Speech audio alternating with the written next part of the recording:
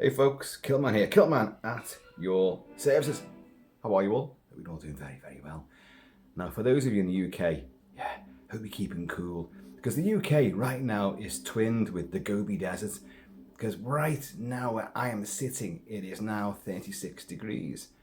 You know, to some people, that's just a nice pleasant morning. Yes, lovely. Go out for a stroll, you know. But here, that is completely freakish and unusual, and it's only going to get hotter. So it's 36 here, but further down south they're creeping up to 39, possibly 40. Apparently we're all going to be hitting 40 tomorrow. Ooh, hot stuff, you know. So anyway, those of you who are keeping up with the Predator 5 Prey coverage and looking forward to its release only next month on Disney Plus in the UK, but Hulu everywhere else. I've got some more snippets, bits and bobs of stuff. Some photos came out last week and I was going to do a video of them, but I thought there'll be more news and things coming through, so I'll probably bide my time. Now, the bit of news that has come through is kind of great for people in the UK, even better for people who are Predator fans who live around London and those environs, because the director, Dan Trachtenberg, the producer and Comanche Native American herself, Jhane Myers, and the star of the film, Amber Midthunder, are going to be at the London Mega Forbidden Planet store to do a signing of posters. That's a week today. That's on Monday, the 25th of July. And it says, I mean, the timings are, get on this, you've got a queue up at the back of Forbidden Planet. Well, I've done that before for certain things in the past. And you queue up, but it's only between, just bring that back on, it's only between 5:30 and 6 o'clock in the evening. That's a half-hour slot. And you're going to get, how many people are they expecting? And like, they're going to get more now because I've just put it out there even further. But and you get a free poster for the new movie. It's a great image on that poster. It's a great image. And they're going to sign that and then quickly move you along because clearly, you know, you can't linger to get, oh, can I ask you about this? Can I ask you about that? Spoilers, please. You know, put that dictaphone away. Stop recording me and all this. You can't linger, obviously. Now, me and my son went to the Forbidden Planet in Liverpool, a good few years ago now, on a really, really bitterly cold, I think it was the end of November into December, but it was definitely bitterly cold, and we queued up for about 4 hours, winding up and down the back streets behind the Bold Street store, Forbidden Planet in Liverpool. Why? Because David Morrissey, local lad David Morrissey, playing the governor in The Walking Dead and in many other movies. He also played SAS superstar and bullshitter Andy McNabb in The One That Got Away many, many years ago. And he was there doing a signing as the governor. And although this queue was winding up and down, taking hours, I mean, you're stamping your feet, you're doing all this, you're huddling together to keep warm. It was that bad. And a complete contrast to today, obviously, which is pure Saharan and like supernova. And like then this guy come out and he said, right, I'm sorry, it ends here. And he went about 4 or 5 people up the still gargantuan queue and said, it ends here. You can imagine the furore, the uproar. No, we've been queuing for hours. Well, I'm sorry, that's it, we've got to go. He's got other engagements. David Morrissey came out the back door and he said, whisper in this guy's ear, don't worry folks, I'm staying. I'll stay for as long as I can. And he did. And again, this about another 40 minutes afterwards, this guy come out again and said, no, it stops here now, it stops here. The book stops here. And we were like only about 3 or 4 people away from that. And my lad was like, because he's a massive Walking Dead fan, as am I in fact. And he was like, he was getting a bit distraught. And I was like, no, don't worry. And I was like, oh, come on, man, come on. Don't you worry about it. David Morrissey came out again. He said, no, I'm staying here to get through as many of you people as I possibly can. So just don't worry. Chill your beans. Well, our beans were fucking frozen, let alone chilled. But we got in there and he was great. And we did speak to him for a little bit. So it was wonderful. Now, I don't suspect for 1 minute that these guys bring that back again. This bloody glitch on the phone still hasn't sorted itself out. Still can't work out how to change it. But hey, we can soldier on. I don't think that Trachtenberg, Midthunder and Myers are going to stay because, well, they're Hollywood, aren't they? This is big league. And I'm not going. There's the other thing. I'm not going to go. I'm not going all the way to London on a big sweaty train. As much as I want to see these people and I do want to meet them, obviously, I've made a pact with myself that I'm not queuing up for anyone ever again anymore. I won't do it. I just won't do it for a meager scant second to get like a poster or just to get a signing. I'm just not doing that kind of thing anymore. But for those of you that will do this and will be looking forward to it, great. Please go down there, make a big fuss, be brilliant. I wish that they were going to come around to other Forbidden Planet establishments around the country or just other venues and do it. Maybe they are. I don't know if they are or they aren't. I just know that they're doing London on the 25th and it's between 5:30. Let me just make sure I got that right. 5:30 and 6 p.m. So next Monday. So if you're in that vicinity, pop on round, join the queue. You won't be freezing your bollocks off, put it that way. It's going to be roasted. But yeah, make the most of it. So anyway, what else have we got from Predator Prey? Well, those pictures that come out last week, fucking amazing. In the British publication magazine, it's also online, SFX magazine, which chronicles sci-fi and fantasy movies. And it's a really good magazine. Sadly, I was going to buy this magazine, but everywhere around here is not stocking it anymore. In fact, a lot of the places around here in the Kilted realm that once sold magazines like Starburst, like The Dark Side, like Infinity, like SFX, don't stock anything like that now. No. Bloody hell.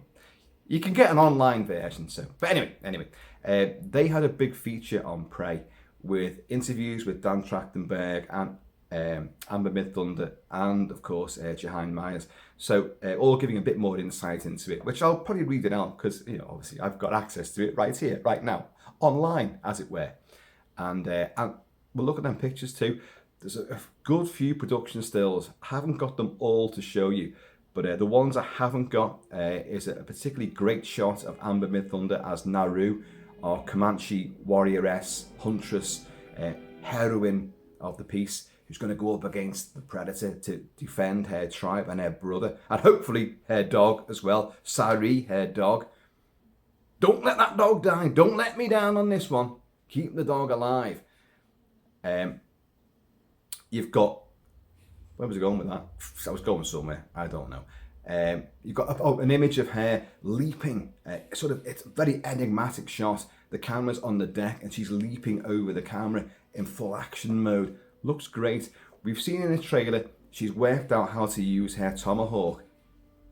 Like a boomerang, she's got cord attached to it, so she can fling a tomahawk, hits a tree, and brings it back, catches it. I mean, I know, it's almost like some martial art, skill, but it works. I like it. I'm hugely on board for that. She's going to have to do some extra special things to go up against this guy. And as we'll see in the pictures, this guy, the Predator now, the feral Predator as he's been called, Dan Trachtenberg has said that he's not the same as the Preds we've seen in the later well, I say later movies, they're all set later. Let's remind ourselves, this story is set 300 years before all the modern day Predators. So we're talking first colonization by whites and French fur trappers in America, in the new land, the new world. And obviously they come across a Comanche tribe as well, who are fighting to preserve their land, their heritage from these interlopers. And but the Predator joins the heat of combat and he's there. But he's there before all the other Preds have ever arrived to come hunting. But you've got to use some kind of skills to combat this guy.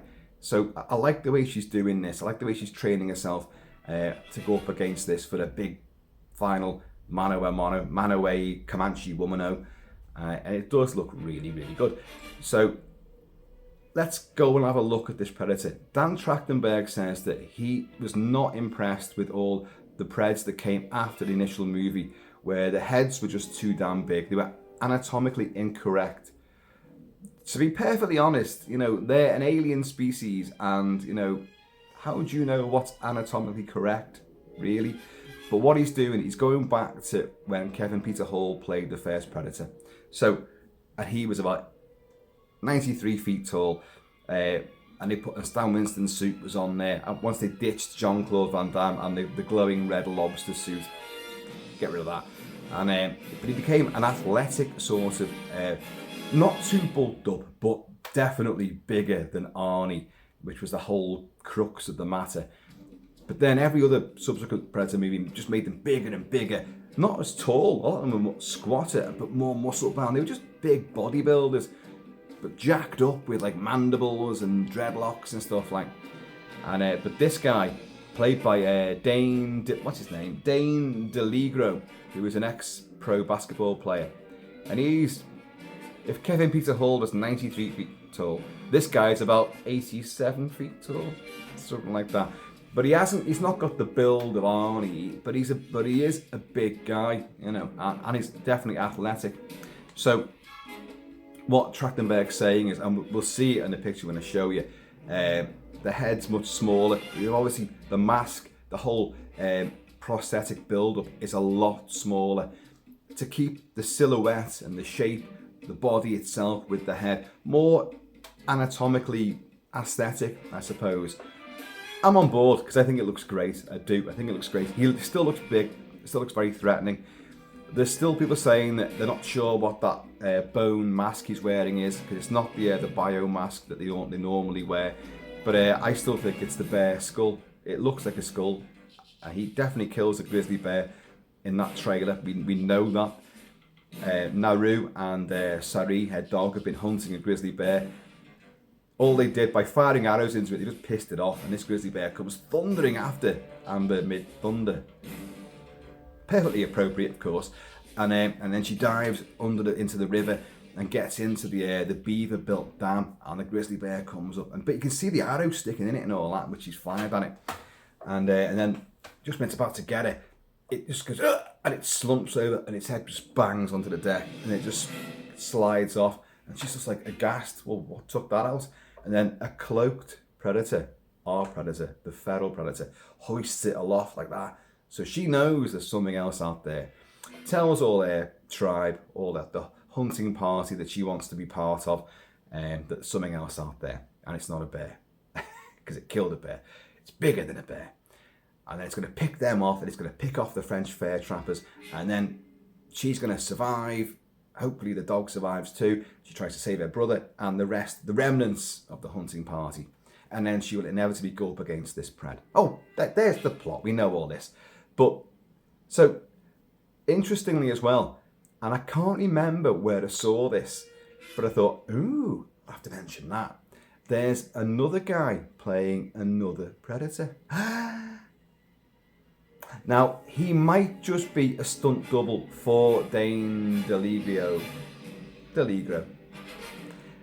It might just be that, but he's billed as an additional predator. Does that mean we're going to see another one? I mean, clearly there's a ship there, because Naru says, oh, it's my time. How do you know? Because I've seen a sign in the sky. And the sign she's seen in that great shot, she's on a promontory, and it's like a great shot showing her there in the distance. But in the thunder clouds above, you've got this glowing lights and like sort of lightning show. But we know what that is. It's a predator ship which is cloaked and is about to deposit a hunter on our planet. But she thinks it's a sign from the spirit world, as it were. And but it's a great shot. So that's why she's involved in all this. But so there's a ship there. So is there going to be another predator involved in this? Well, I don't know. I'm not averse to it. Hopefully there is. The more the merrier, as far as I'm concerned. But, so, let's go on to this. I'm playing Alan Silvestri's thunderously fantastic score to the first Predator. You knew that. You could hear it. But I'm now going to And you know what I'm like, my lack of technical savvy. Oh, why don't you just put the picture in the frame, Kilt-Man, and draw animatic arrows to it and do what other YouTubers do? I'm 53 years old and I haven't got a fucking clue how to do that. So what I'm going to do, I'm going to grab the camera tripod here and I'm going to turn you guys around and I'm going to show you what I'm looking at. Let's see how well this works. You guys probably aren't going to see. Do you mind? Stop swiveling round. Okay, right. And what I'm going to do, I'm going to come down to this little. There's Naru. Now, what she found there? What's that? I'm going to make that a bit bigger. Oh, hello. Why is that not going bigger? Oh, I don't know. But she found something. Some sort of alien tech there, something which is covered in blood. It looks metallic, it looks like it could be some sort of alien gear, but also looking at it from a bit more of a distance, it could be some kind of tribal bling that's got blood all over it, and that's like, because she's got blood on her face there. So is that part of some one of her tribe wore that? I don't know, but I'm kind of more inclined, because look at this thing here, that looks metallic, that. It looks like some kind of, it does something, it opens up. I'm thinking that is a Pred bit of kit that she's found. And she's like, what the hell is this? Anyway, but it's got blood all over it though. And as we know, the Predator blood's kind of neon. So again, I'm kind of torn as to what that might be.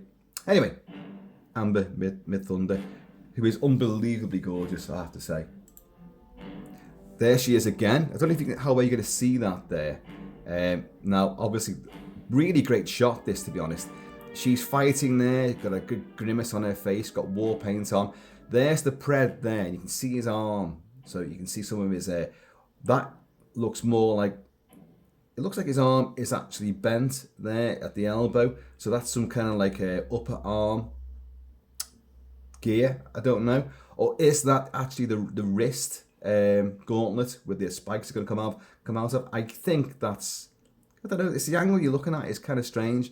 That's the upper arm there, so I don't know, but either way, action shot, folks, and very artsy-fartsy too, because you've got all this what looks like snow drifting around here, but I don't know, it could be dandruff from his dreadlocks. I don't know, but I do love the shot. Let's move on. Oh, here we go, folks. This is the one. Right. Oh, wait. This, now, I've seen some people saying that this is that's just it's artwork. You know, it's just concept artwork. Bollocks! That's him. That's the fucking Predator from behind. Now, I want you to have a look at this. Let's bring it up a bit closer and let's drag that down. Look at his hair. Now, he's clearly wearing that sort of bone mask is on there, like on the front of his face, but it's sort of just held on. Look at the oily, snaky hair. The dreads are way different from what you've seen from the other Preds, where they've got little braids and little bits of bling and blang, you know, and rings around it all. That's really oily and snake-like, and I like it a lot. That's, oh, bollocks.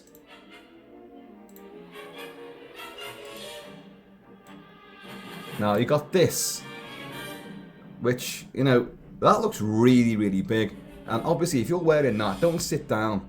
You couldn't get on a plane wearing that, I wouldn't have thought. You couldn't sit in a cinema wearing that. But what that is, folks, and that does not go over his shoulder onto the front. That's not a plasma cast. That's not his shoulder cannon. That, if you remember from the original movie, when he gets injured, he's got like a sort of med pack.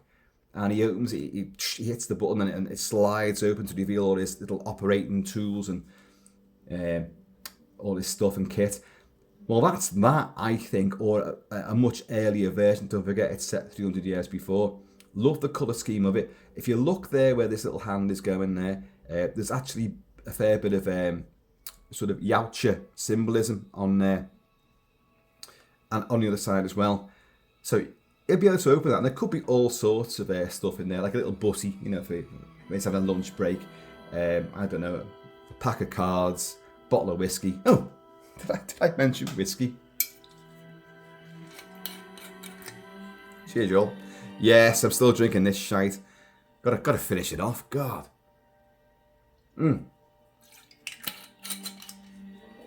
Right. So he's got that. Weaponry. Oh, for God's sake.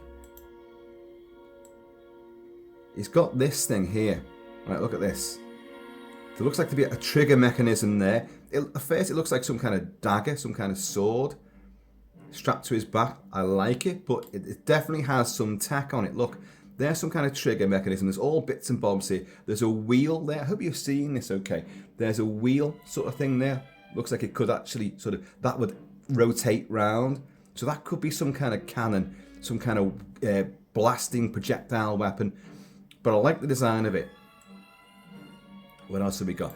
We have here, strapped to his lower back. Now that clearly is one of those extendable spears. And you do see it in the full trailer. And that's going to, flick of a button, it's going to become like 15 feet long. And there'll be all sorts of electro spangles coming off it. And it'll do all sorts of damage. Look at the design work on it. I love all this. The colour scheme of this is fucking awesome. And that's what I want to come on to next. I hope you guys can see this well enough. There's the bodysuit. As you can see, he's not as big. He's not as big. He's fucking huge. But he's not as big as some of the Preds that you've seen in later movies. Great muscle definition on the suit there. Don't know how much of that is actually the actor himself. But, and obviously they've built up upon what he's already got. But look at this. Can you see they've gone back to that purely mottled look of the initial Predator. When you see his skin, you've got all these little bumps and black stripes and spots and stuff. Very jungle-like. But I want you to look at the colour. If it's coming across as well as I hope it is, you can see that it's very red. Especially there. That's very red indeed. And you've got these little bumps like it's the top of his spine. But around his back here, this zone here, it's all very red. Now, again, he's going up against, and I don't want to use that term in any kind of derogatory fashion, Native Americans, Redskins. So is that a reflection of that, perhaps? He's adopting their sort of their body aesthetic. I don't know, but I do like that design. Now, when that picture first came out, the very first thing I thought of, looking at that snaky hair like that, very greasy, very wet looking, the mottled effect and the colour scheme, I thought of one character in particular from another fantasy epic franchise. Lord of the Rings, the Fellowship of the Ring. Let's. From Saruman's perfected fighting Uruk-hai. Yeah, those big bastards. Right, now, I've got Let's here. Here's a Let's I prepared earlier. Can you see? Look at the hair. Look at the hair. The hair. And I don't know if you're going to get the full effect of the colour scheme on him, but it's very similar. And the muscle looks identical. It looks the same completely. The build, not too big, but bloody big enough. And that sort of brownish, burnished, red looking effect with all the black speckling and mottles that go on. There's another figure here, another Uruk-hai. Again with the mad, crazy hair, all very oily. And again, if you can see the arm, it's the same arm, folks, the same arm. And again, look here, look at the black and the mottling effect. Now, there is a figure which really does show this off perfectly. I've just dropped one of the figures, but hey-ho, life goes on. In Lord of the Rings, The Two Towers, there's a character called the Berserker, who's part of the Uruk-hai. So he hasn't not wearing all the armour, the leather armour and the chainmail that the other Uruk-hai wear. He's a Berserker, they're Suicide Squad. And so he's just stripped off, basically. And the figure of him is exactly the same colouring as you get here, exactly. But of course, could I find it? No, I could not. Where am I looking? Because the angle's all wrong. I'm looking over there somewhere. But yeah, but it's identical to that. So the minute I saw that image, and I thought, wow, it looks like Lawrence McCaw, who played Lert in Fellowship of the Ring, and he was fucking intimidating. So I'm happy with that. And the Urukai were very tribal. They wore like war paint, and it was all very, it's very similar, to be honest, to this feral guy. So I'm hugely happy with that. You can see the gauntlets, hang on his wrists. So there's going to be possibly some kind of suicide weapon there, this nuclear device when all goes wrong for him. Well, it could be on that one. That's his right arm there. So his wrist claws could be there. Or he could switch it up. Who knows? Could be either side. We don't know, do we? There's also his belt. There's a fair bit of, looks like there's a bit of sort of someone's scalp hanging there, a bit of flesh. We know they do that. They like to keep trophies. But that is a great image. And look, have a look around at the scenery. This is clearly a close-up. There's an image which I think I showed on another video where he stands in the mouth of a cave, which is very high up on a cliff. And he's just stood there silhouetted. This is like you've zoomed in on him. That's obviously his lair. And all the skulls will be in there. Remember the working title for this movie was initially Skulls. So you're going to see skulls, folks. You're going to see skulls. But he's standing on the mouth of the cave, the promontory, looking out on his new hunting ground. All of this vista looks fantastic. Looks genuinely epic. Let's move on. Oi, there she is. Isn't she adorable? And there she's got a tomahawk. This looks more like a staged shot, to be honest, to me. Although the dog there, Sari, is sort of about to pounce. You can see there, he's about to pounce over this. That's a fallen tree, isn't it? Or is it a rock? No, it's a fallen tree, that. It's one of these things here, just tumbled over.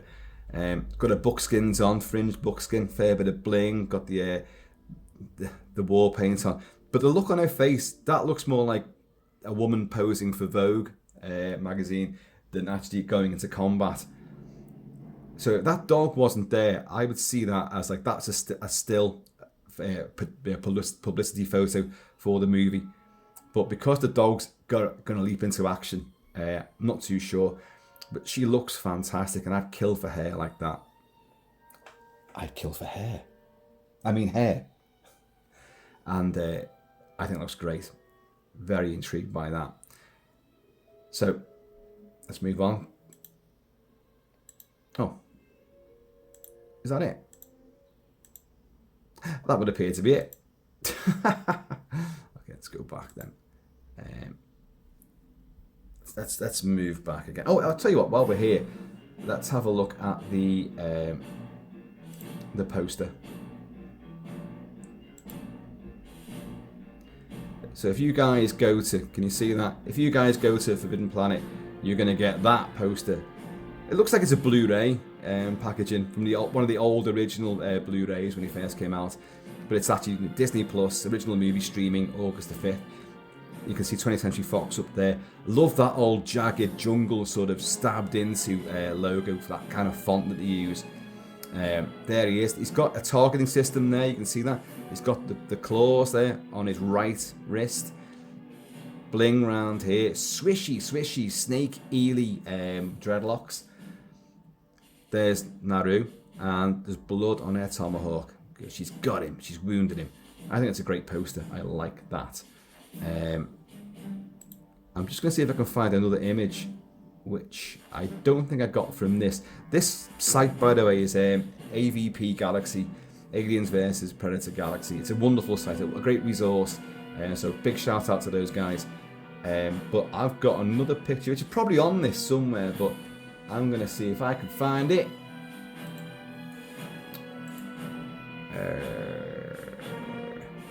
Sorry, I made the Predator noise then. I haven't got it. I don't believe it. Well, here. I'll tell you what I have got. Like, there is that shot. So, what we saw before in full colour, there's the actual shot of him, sort of in the deep recesses. He's gone out just before the sunrise. The sun's just peeping up here. And that shot we saw before, that's what it is. He's still got all the weaponry at the back there. He's still got this sort of, whatever that is. Looks amazing though. Looks truly astonishing. It does. So let's get back onto the music. And let's bring you guys back on board over here. Where you going? Stop swinging around. So, folks, I'm really, really looking forward to this. As I say, the film I was so looking forward to this year was Thor: Love and Thunder. It didn't disappoint. I thought it was amazing. I had a great time with it. I've discussed it a lot. But the one that's really floating my boat is this. My love of Native American history and culture. My newfound love of Comanche heritage. After so many years of thinking that they were the bad boys, on the of the tribal gangs, they were the worst. Now this film is looking to redress that balance, as I said before, and I've learned a lot more of their more heroic side than all the atrocities that they were renowned to have committed, and their hatred from all other tribes didn't like them at all. But it's because these guys were fucking so badass and resilient and determined, and that they put the fear of all the gods and all the spirits into every other Native American and every white boy that was over there as well. Don't mess with these motherfuckers. And but now I've seen them in a whole new light, and I'm loving that. So, and the fact that it's in Comanche, God, I want to hear that. Don't get me wrong, I'm going to watch, because you can see it in two versions, one with Comanche language and the way they've dubbed it, because it is dubbed. But as Dan Trachtenberg says, technology's moved on now. It isn't like watching old bugaboo dubbing from the old Lucio Fulci gore fest from the Italian splatter movies of the 80s, or the Hong Kong chop socky stuff. It's none of that. It's absolutely in sync and perfect. So looking forward to that. To learn a bit of Comanche at least. Another bit of news: Jhane Myers, who's the producer, who is Comanche, and another incredibly attractive looking woman as well. That's another reason why I want to go to meet these people. If it was just a bit nearer, Amber Midthunder and Jhane Myers together. Dan Trachtenberg can go and we'll go for a bevy afterwards. But mate, I want to talk to the birds if you don't mind. But she is actually in the movie as well. There's a sequence where, because she recounts it in I think SFX magazine, she says there was a shot needed where they wanted a woman riding a horse, but there was no woman available at the time. So she went, well, I'm Comanche. I ride horses all the time. I'll get into the costume. I can do this. So she's actually in the movie playing, obviously, a Comanche woman riding a horse during one sequence. So, yay, great stuff. But yeah, I'm really unbelievably on board for this. It's just everything I see, everything I hear, everything I read is only making me more and more excited. Now, I know you've got to be careful, you've got to tread carefully when it comes to hyping these things up. I won't mention the other franchise, which is currently sort of being hyped up a lot as well, and sadly I've gone along with the flow against my better judgments. But Halloween, I'm on board for that as well, but I am tempering my expectations a hell of a lot for that, genuinely. But this Predators has such a rocky road, this franchise. There's been good stuff. Predator 1 is a masterpiece. Predator 2 is terrific. Predators is very enjoyable. Very enjoyable. AVP, the first one, has some great imagery, but it's a naff movie. AVP Requiem is just garbage. If you turn the lights on a bit more, it might get a better, sort of opinion from me than for many people. But you just can't see a damn thing that's happening in it. The Predator, no matter how you cut that, or that cookie crumbles, it's a soggy, bloated mess of a movie. It's awful in every aspect. I despise it. It's just awful. But this is doing everything right. Going back to basics, it looks scary, it looks violent. We know it's R-rated, and it looks like it's taking its setting, its characters, the cultural heritage seriously, as well as the Yautja coming in there with its whole old school system of hunting with its old tech equipment. I think it's going to work. I really, really do. And I cannot wait for it. I cannot wait. I think that's really it. I think we've covered everything there. The imagery I was going to show you the other week, well, I've shown you it all now. Oh, by the way, lurching over my shoulder there is the original mask from Fellowship of the Ring for Lurtz. Now, yeah, I was going to show you that colour scheme, wasn't I? Well, I can do it now. The reason why he's over there is because I found him and I picked him up by he's got long, super long hair, which looks just like that, obviously. The oily, snaky, eel-like hair that the feral pred's wearing. And he has it in a sort of ponytail as well down the back. But when I picked him up, the fucking hair came off his head, didn't it? I'd scalped him by accident. As I shall now reveal. Oi, come here, you. Oh, don't knock that bottle over. See all my whiskey bottles? They come in very handy for displaying masks. Here's Lurtz. Now, let's see if you can see that colour scheme. He's got the white hand of Saruman there. But look at that sort of brown red. It probably isn't coming out too well, but that's...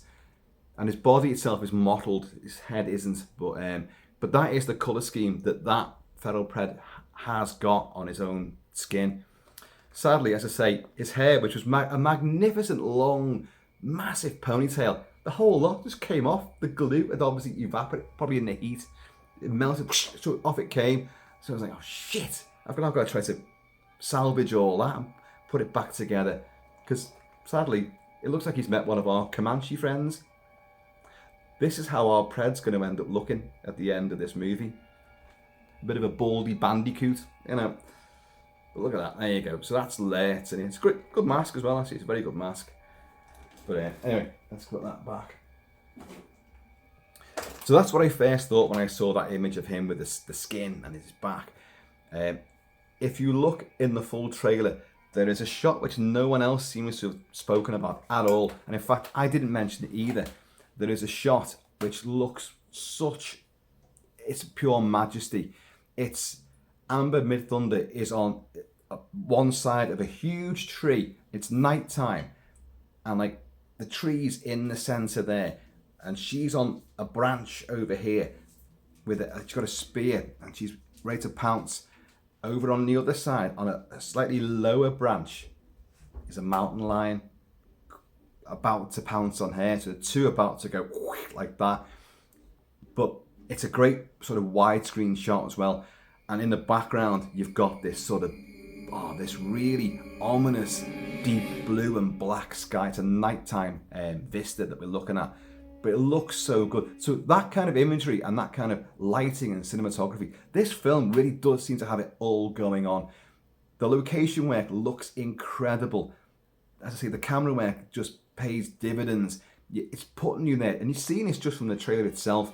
So you know it's going to work. Visually, it's going to be a complete splendor. But that shot on the tree, I'm going to put that as the thumbnail for this. That's what I'm going to do. And I would show you now because I thought it was on my desktop, but it well wasn't, was it? It's on my phone instead. And you had it somewhere. It's on the phone. Anyway, folks, there you go. Predator Prey. A lot more to discuss and think about. And again, we're not being given too much as to how this all pans out. We know a great deal of the premise, but not the actual plot itself. We don't know how it pans out. We've heard none of the music yet either. Sarah Sachner has done the score for it. I mentioned her a few times, and I know her stuff from some video games, and it could be great. Hopefully, with a very tribal sort of sound to it, the tribal elements to bring in, as well as suspense and obviously heavy-duty action.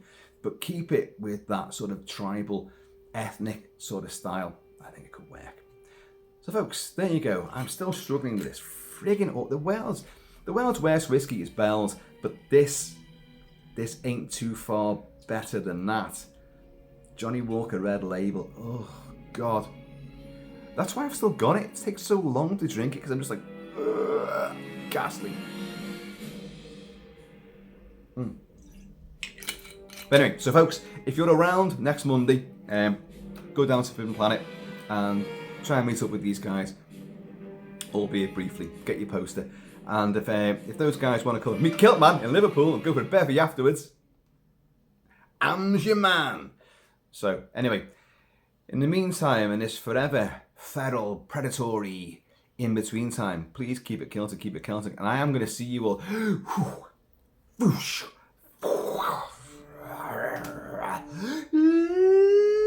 Laters. What? I ain't got time to bleed.